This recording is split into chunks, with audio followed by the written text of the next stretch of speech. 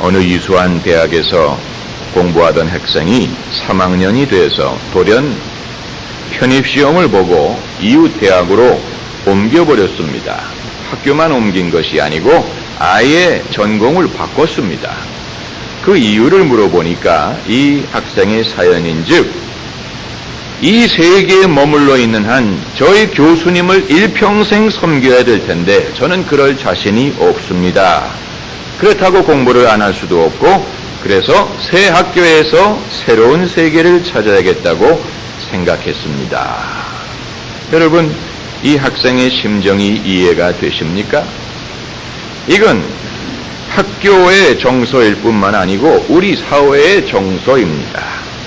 어떤 분이 세계는 넓고 할 일은 많다 이렇게 말했지만 그건 바깥 세상의 얘기고, 지금 내가 살고 있는 현실 세계는 너무 비좁게 느껴질 때가 있습니다. 학교든 직장이든 가정이든, 그리고 이 좁은 세계에서 생존하려면 많은 인내가 요구가 됩니다. 제가 종종 운동하러 가는 대학교 캠퍼스 동네에 한 커피숍이 있는데 그 커피숍 바로 옆에 여성 액세서리만을 취급하는 작은 가게가 있습니다. 한 평 반 정도 되는 것 같아요. 한 두세 명이 들어가면 꽉 차는 공간에다가 옷 가지며 액세서리를 갖다 놓고 팝니다. 그런데 그 가게를 지키는 점원이 하루 종일 그 안에 들어가서 앉아 있어요.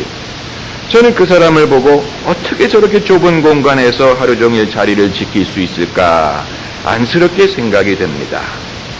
공간이 좁은 것도 문제지만 심리적으로 좁은 것은 더 큰 문제입니다.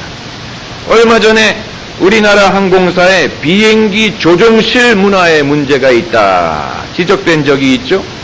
조종실에는 기장이 있고 부기장이 있는데 각각 맡은 기능이 다릅니다.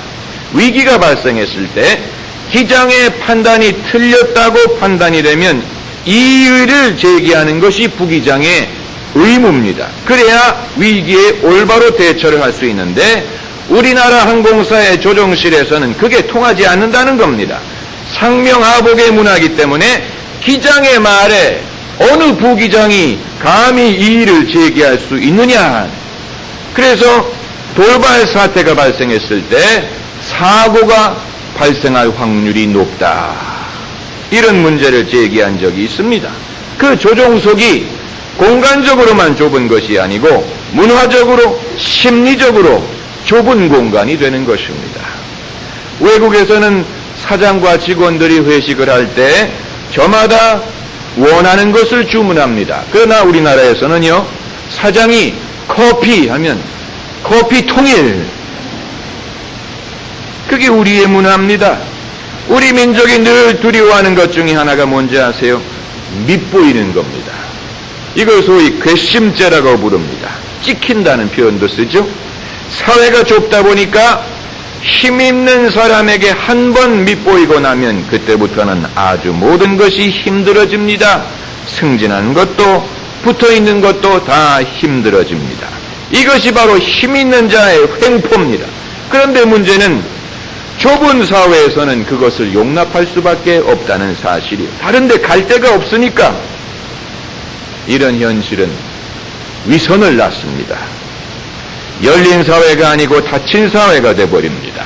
그리고 사람 마음속에는 두고 보자 하는 마음, 두고 보자, 억울하면 출세해야지, 이런 마음을 사람들 마음속에 키워준다는 겁니다. 최근에 드라마 왕건이 직장 남성들에게 인기를 끌었던 이유도 궁예라는 폭군 밑에서 오래 참고 인내하는 왕건의 모습, 그리고 결국은 훌륭한 임금이 돼서 자신의 뜻을 펼 수 있었던 이 남성의 모습에서 많은 직장 남성들이 위로를 얻었다 그럽니다. 근래에 와서 유교 전통에 대한 관심도 높아지고 있지만 동시에 비판적인 목소리도 높아지고 있습니다. 공자가 죽어야 나라가 산다, 이런 제목의 책도 나왔고요. 이 유교의 삼강오륜이 있지 않습니까? 그런데 우리나라에서는 특별히 장유유서를 강조한다. 다시 말하면 이 나이에 높고 어린 것에 따라서 질서를 강조한다는 거예요. 정말 그래요. 유치원 아이들, 이 어린 아이들 보면요, 서로 처음 만났을 때요, 통성명 하기 전에 나이부터 못 들어요. 너 몇 살이냐? 그래서 당장의 형과 아우가 이게 결정이 되는 것을 봅니다. 이게 과연 우리만의 정서인지 모르겠습니다만은 왜 유교에 대해서 비판의 목소리가 높아지고 있느냐? 그 이유는 유교는 소위 출세한 사람, 귀족, 남자에게 유리하다는. 그러면 낮은 자리에 있는 사람, 어린 사람, 여성들에게는 전혀 혜택이 주어지지 않는 게 바로 유교의 사상이라. 그러나 여러분, 이러한 폐단이 유교 사회에만 있는 것이 아닙니다. 서구 사회에도 있고요, 선진국가에도 있고, 다윗이 살고 있던 이스라엘 사회에서도 있었습니다. 우리가 전제해야 되는 것은 우리는 지금 불의한 세상에 살고 있다는 사실입니다. 이 사실을 염두에 두지 않으면 이 세상을 이해할 수가 없습니다. 불의한 세상에 살고 있고 인간이 불의한 존재입니다. 그래서 불의한 인간에게 힘이라는 것이 주어졌을 때 그 힘을 불의한 목적에 사용하더라는 것입니다. 어느 권위 있는 헌법학자가 라디오에서 대담하는 프로를 들어보니까 이분이 말씀하기를, 힘은 법을 실천하기 위한 도구여야 하는데 힘이 법이 돼버리면 그때부터는 불의가 판치는 사회가 된다. 목소리 큰 사람이 이기는 사회가 된다. 그랬습니다. 여러분은 힘이 있다고 생각하십니까? 힘이 없다고 생각하십니까? 현재는 내가 힘이 없기 때문에 피해자라고 불평하는 사람들이요, 그분들이 앞으로 힘을 얻게 되면 그들이라고 달라진다는 보장이 없더라고요. 그래서 시집생활을 많이 한 여성이 시어머니가 되면 며느리한테 잘해줄 것 같은데 오히려 더 혹독한 시어머니가 되는 것을 많이 봅니다. 똑같은 원리예요. 이 세상에는 순수히 피해자이기만 한 사람은 없습니다. 피해자이면서 동시에 가해자입니다. 이런 말이 있지 않습니까? 남편이 직장에서 상사에게 야단을 맞고 집에 오면 누구한테 화를 내요? 아내에게 화를 내고, 아내는 자식에게 화를 내고, 자식은 강아지에게 화를 낸다. 그러니까 우리가 피해자인 동시에 다 가해자입니다. 내가 가해자가 되고 있는지 아닌지를 알 수 있는 방법이 있습니다. 나보다 힘이 약한 사람에게 어떻게 대하는가, 그걸 보면 알 수 있어요. 여러분 운전하실 때 초보 운전자라는 딱지를 붙인 차가 앞에 있으면 일부러 점잖게 운전을 하십니까? 아니면 붕 가가지고 앞으로 돌아갑니까? 우유값, 신문값을 수금하러 왔을 때 주머니에 돈이 있으면서도 내일 오라고 합니까? 아니면 그날로 돈을 줍니까?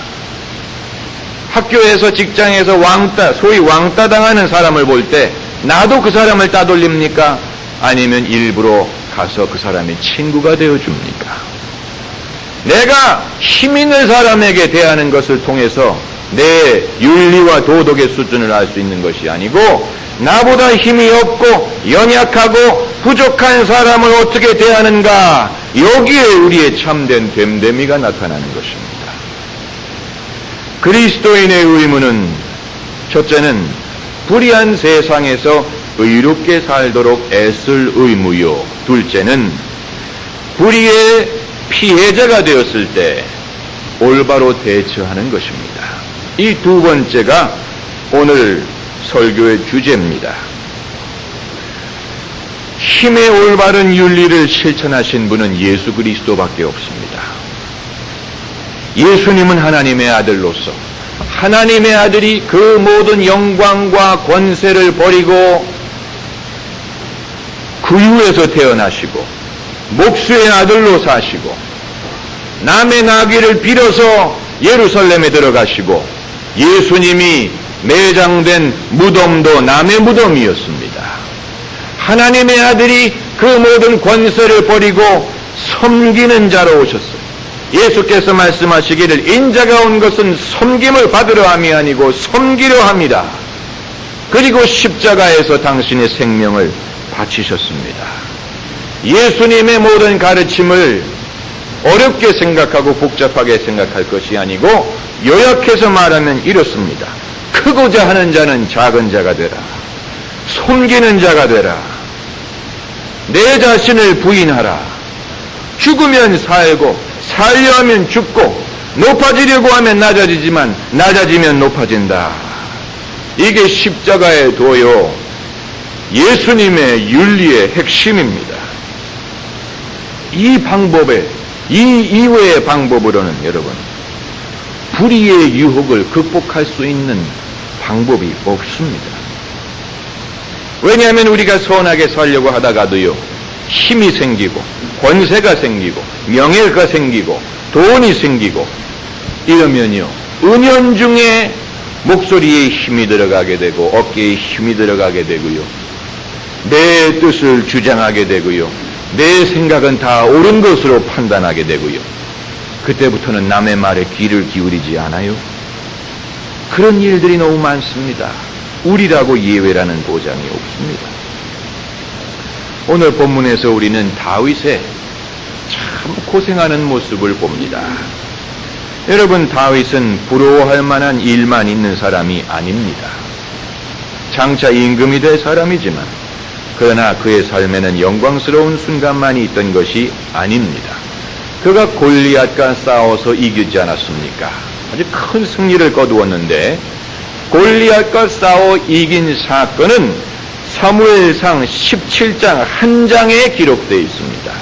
그러나 그 다음 장 18장부터 31장까지는 다윗을 미워하고 죽이려는 사울을 도망다니는 일을 기록하고 있습니다. 자,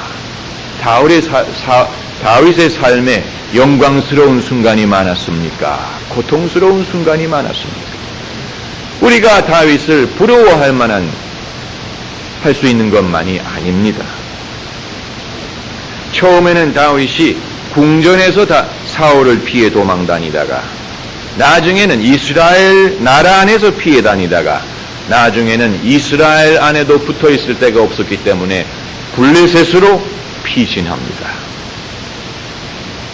그리고 이후에 사울이 전쟁터에서 패전하고 자살한 이후에 비로소 고향으로 돌아올 수가 있었습니다. 학자들마다 그 연도를 계산하는 방법이 다릅니다마는 적어도 10년 이상을 도망자 생활을 했을 것이다. 이렇게 추정합니다. 여러분 교회에서 다루기 어려운 주제 중에 하나가 이혼이라는 주제입니다. 이혼. 교회에서 다루기 아주 어렵습니다. 그러나 다루어야 할 주제입니다. 왜 그런지 아세요? 지금 우리나라의 이혼율이 50%를 육박하고 있기 때문에 여기에 대해서 침묵한다고 해서 문제가 해결되는 것이 아닙니다. 목회자이기 때문에 가급적이면 가정을 보존하고 결혼을 보존하고 하나님이 짝지어 주신 것을 사람이 나누지 못하리라 이 원칙을 고수합니다. 그러나 보수적인 목회자들도 이혼을 권유할 때가 있습니다. 가정의 폭력이 도를 넘어설 이러다간 사람 죽겠다 이렇게 생각될 때는 차라리 헤어지는 게 낫다 그렇게 권유합니다. 아주 다루기 어려운 문제입니다. 다윗도 자신의 그 자리에 붙어 있으려고 애썼습니다. 성경을 보면 그가 한 번도 사울 왕에게 반항을 했다든가 무슨 모반을 꾀했다든가 그런 흔적이 없습니다. 그러나 아무리 다윗이 선한 마음을 품으려고 해도 자신의 장인이고 임금인 사울이 창을 그에게 던지는 데야 도리가 없습니다. 다윗이니까 그 창을 피했죠. 그러지 않았으면 벌써 옛날에 돌아가셨을 겁니다. 그래서 군대 장관의 지위에 있던 사람이 도망자의 신세가 됐습니다. 여러분, 사람은 얼마만큼 사람의 횡포를 견딜 수 있습니까? 얼마만큼 참을 수 있습니까? 그건 사람마다 달라요. 사람마다 감수할 수 있는 분량이 다릅니다. 그런데 한 가지 분명한 것은 시대가 흐를수록 감당할 수 있는 양이 줄어드는 것 같아요. 그래서 우리 선조들의 인내심보다는 지금 신세대의 인내심이 훨씬 적습니다. 그만큼 고통을 견디지를 못하는 시대에 우리가 살고 있다는 겁니다. 그러나 성경이 우리에게 분명히 말씀하는 것은 하나님이 우리가 감당하지 못할 시험당하는 것을 허락하지 않는다는 사실입니다. 아멘.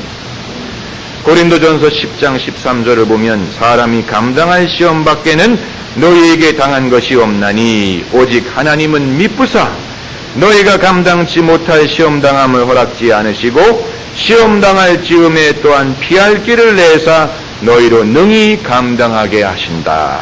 그랬습니다. 다윗은 많은 시련을 겪었습니다.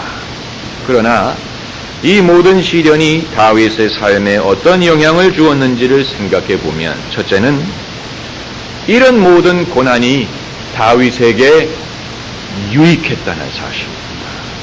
할렐루야. 유익했습니다.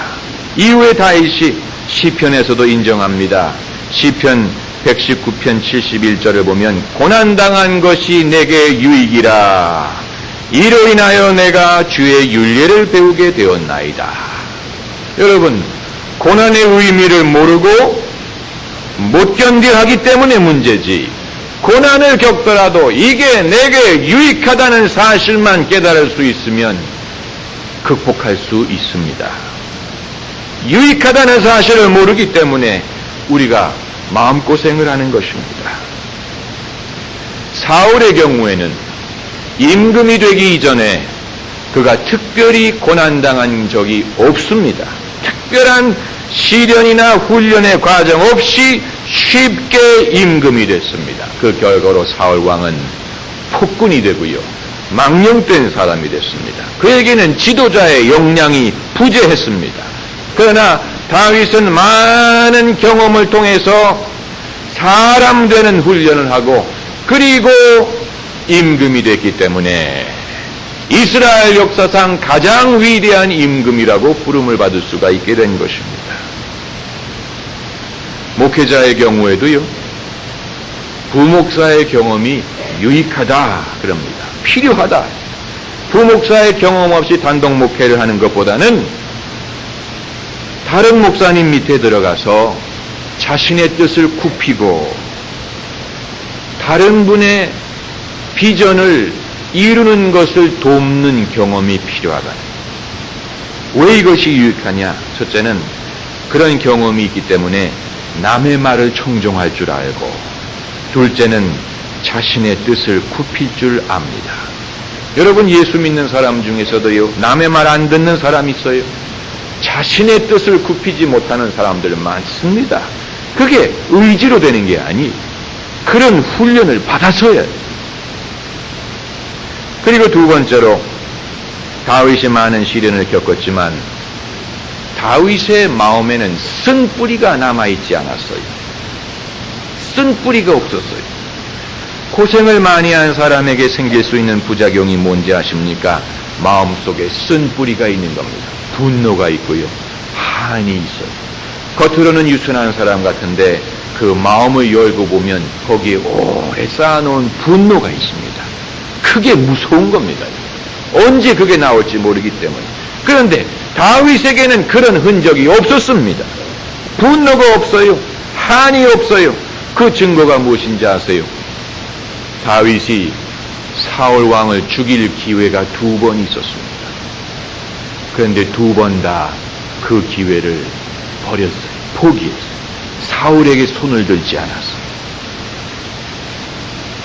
오죽하면 사울 왕이 그 사실을 깨닫고 울면서 멀리 서 있는 다윗에게 내 아들 다윗아, 너는 나보다 의롭다. 너는 장차 임금이 될 것이다. 그렇게 축복까지 했어요. 그렇게 다윗을 미워하던 사울을 축복했어요. 그건 다윗의 마음속에 진정한 사랑과 의의가 없었으면 불가능한 일. 하나님이 다윗과 함께했다는 증거가 바로 여기에 있습니다.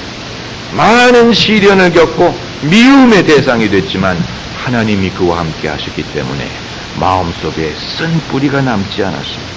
세 번째로, 이 많은 고생에도 불구하고 다윗을 향한 하나님의 뜻은 이루어졌습니다. 할렐루야. 이게 얼마나 위대한 겁니까? 다윗이 임금이 못됐다, 도중에 죽었다, 그렇다면 문제지만 사울이 그를 그렇게 미워하고 질투하고 그에게 딸을 주었다가 다시 빼앗고 이스라엘 영토에서 내어 쫓고 다윗의 편을 드는 사람들을 다 죽였어도 그래도 하나님의 다윗을 향한 뜻이 이루어져서 결국은 사람의 모든 방해와 공작에도 불구하고 다윗은 임금이 되었습니다. 하나님의 뜻을 사람이 막을 수가 없습니다. 여러분, 여러분의 삶을 향한 하나님의 뜻이 있다는 것을 믿으십니까? 그렇다면 현재 고난이 그 뜻을 가로막을 수 없다는 사실도 믿어야 됩니다. 이 사실을 알면 현재 고난으로 인해서 낙심하지 않습니다. 하나님의 뜻은 반드시 이루어진다. 염려하지 말라, 두려워하지 말라, 담대하라, 스스로 위로할 수 있습니다. 다윗의 경험을 통해서 우리는 십자가를 지는 사람의 모습을 봅니다. 물론 구약시대에는 십자가를 진다는 개념이 없었지만 원리는 마찬가지입니다. 십자가를 진다는 말은 첫째는 견디기 어려운 상황을 인내한다는 뜻입니다. 그래서 험한 십자가, 쉬운 십자가는 이 세상에 없습니다. 견디기 어려운 상황, 주님을 모르는 사람 같으면 수건을 던지고 포기할 상황에서 견딜 수 있습니다. 그래서 승리는 참는 자의 것입니다. 그리고 두 번째로 십자가를 진다는 말은 사랑하기 어려운 사람을 사랑한다는 뜻입니다. 여러분, 이 세상에 사랑하기 어려운 사람 많습니다.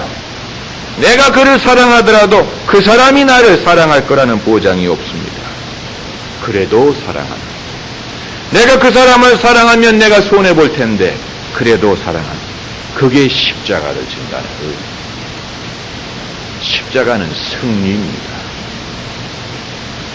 파나마 운하를 건설하는 동안에 그 건설 책임자는 여러 종류의 문제를 겪었다고 합니다. 지리적으로도 문제가 있고 기후에도 문제가 있었는데, 그런데 그보다 더 어려운 것은 그 고향에 있는 수많은 사람들이 그렇게 그를 비난하더라는 겁니다.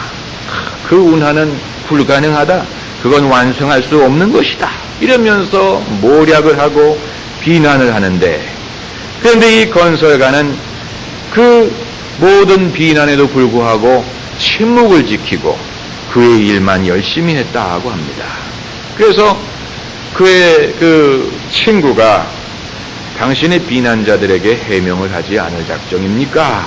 그렇게 물어보니까 때가 되면 하지 그러더니, 그때가 언제요? 그랬더니 기술자가 미소를 머금고 대답하기를, 운하가 완성된 후에, 운하가 완성된 후에 그때 가서 완성됐다는 그 사실 자체가 대답이 되는, 당신들은 내가 이거 할 수 없다고 말하고 내가 힘이 부족하다고 말하고 이것이 결코 이루어지지 못할 거라고 말했는데, 자 보시오, 운하가 완성되지 않았습니까? 그 사실에 지금까지 그를 욕하고 비난하던 모든 사람들이 그때는 가서 할 말이 없게 된다는, 언젠가는 다윗도 임금이 될 것입니다. 그때까지는 다윗을 미워하는 사람도 있고 질투하는 사람도 있고 견디기 어려운 상황도 있습니다. 그러나 임금이 되면 그때의 영광은 지금의 고생에 비할 바가 아니라는 것입니다. 우리 모두에게 꿈이 있습니다. 비전이 있습니다. 기도하는 바가 있습니다. 기다리는 것이 있습니다. 그러나 그 응답의 과정 갈 때까지 참아야 될 것이 있고요. 인내해야 될 부분이 있습니다. 그러나 주님은 우리에게 오늘도 이것을 극복할 수 있는 은혜를 주십니다. 하나님의 은혜가 우리에게 족합니다. 그러므로 우리는 참고 기다릴 수 있는 것입니다. 할렐루야. 기도하십시오.